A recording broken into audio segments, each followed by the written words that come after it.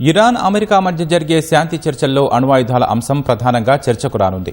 అణు కార్యక్రమం కొనసాగిస్తామని ఇరాన్ చెబుతుంటే అందుకు ఎట్టి పరిస్థితుల్లో ఒప్పుకోబోమని అమెరికా అధ్యక్షుడు డొనాల్డ్ ట్రంప్ అంటున్నారు. ఫలితంగా ఈ అంశంపై ప్రతిష్టంభన నెలకొంది. ఇరాన్ వద్ద 60% శుద్ధి చేసిన యురేనియం నిల్వలు ఉండగా వాటిని తమకు అప్పగించకుంటే మళ్లీ దాడులు చేపడతామని అమెరికా రక్షణ మంత్రి ఇప్పటికే హెచ్చరించారు. కాల్పుల విరమణ ఒప్పందం సందర్భంగా ఇరాన్ ప్రతిపాదించిన 10 పాయింట్లలో అణు కార్యక్రమం ఒకటి. యురేనియం శుద్ధిని అనుమతించాలని ఆ దేశం అంటోంది. ఈ ప్రతిపాదనను అమెరికా తీవ్రంగా వ్యతిరేకిస్తోంది. ఇరాన్ అణు కార్యక్రమాన్ని అనుమతించబోమని తేల్చి చెప్పింది. ఆ దేశం వద్ద ఉన్న శుద్ధి చేసిన యురేనియం నిల్వల్ని స్వాధీనం చేసుకుంటామని ఇప్పటికే పలుమార్లు అధ్యక్షుడు డొనాల్డ్ ట్రంప్ తెలిపారు.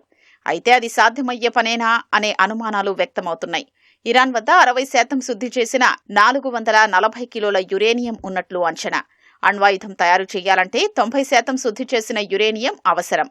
ఒకవేళ ఇరాన్ తమ వద్ద ఉన్న 440 కిలోల యురేనియంను 90% శుద్ధి చేస్తే దాంతో 10కి పైగా అణు వార్హెడ్లను తయారు చేయొచ్చని నిపుణులు చెప్తున్నారు. శుద్ధి చేసిన యురేనియంలో సగం ఇస్ఫహాన్ అణుకేంద్రంలో ఉండొచ్చని భావిస్తున్నారు. నతాంజ్, ఫోర్దో అణుకేంద్రాల్లో కొంత భద్రపరిచి ఉండొచ్చు. గత ఏడాది అమెరికా, ఇజ్రాయెల్ దాడుల్లో ఈ అణుకేంద్రాలు తీవ్రంగా దెబ్బతిన్నాయి.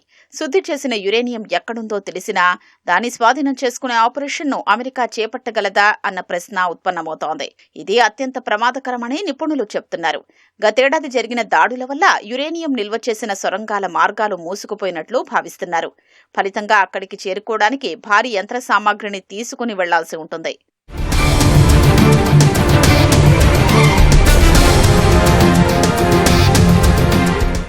అణు కార్యక్రమం చేపట్టడం తమ హక్కు అని ఇరాన్ అణు ఇంధన సంస్థ అధిపతి మొహమ్మద్ ఎస్లామీ అన్నారు. శాశ్వత కాల్పుల విరమణ కోసం ఇరాన్ ప్రతిపాదించిన 10 అంశాల ప్రణాళికలో యురేనియం శుద్ధి అనేది ఒక ప్రధాన భాగమన్నారు.